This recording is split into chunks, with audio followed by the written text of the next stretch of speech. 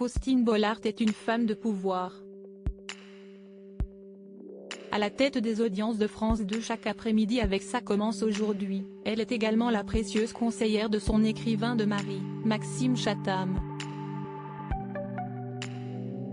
Invitée de C Médiatique le 9 avril dernier, sur France 5, la présentatrice s'est vue questionnée sur son impact sur les œuvres de son époux, alors qu'elle souhaite elle-même se lancer dans l'écriture pour son 45e anniversaire. Il paraît que vous vous vengez sur ces livres, puisque vous faites modifier certains passages. Si est-il vrai? L'a interrogé Mélanie Taravant. Est-ce que ça ne serait pas vraiment le luxe d'une femme d'écrivain de pouvoir donner son avis?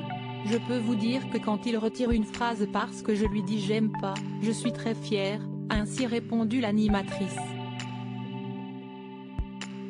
Auteur de 30 polars quasi horrifiques, Maxime Chatham sait en effet qu'il peut compter sur la relecture attentive et avisée de celles qui partagent sa vie.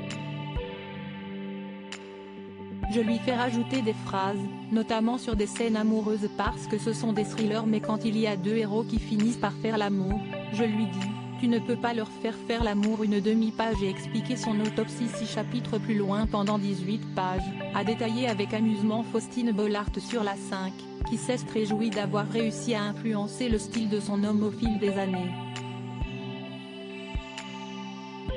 La mère de famille a notamment dévoilé que Maxime Chatham lui avait avoué que ses livres contenaient plus d'humanité et d'émotion grâce à son regard extérieur essentiel.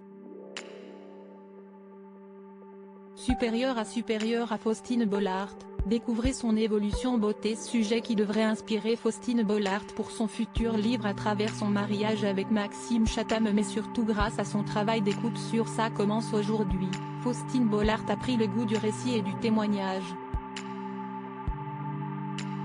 Si est-il pourquoi l'animatrice aimerait à son tour prendre la plume.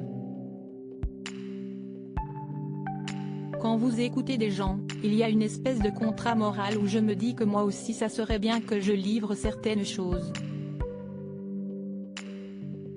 Et puis en prenant de l'âge, il y a des moments où je me sens un peu légitime, a-t-elle notamment confié. L'ex-présentatrice du Meilleur pâtissier a d'ailleurs déjà une idée de son futur sujet de prédilection. J'adore l'adolescence, c'est une période compliquée, j'ai envie de m'adresser à des ados. Ce sont des invités que je chouchoute et qui me tiennent à cœur.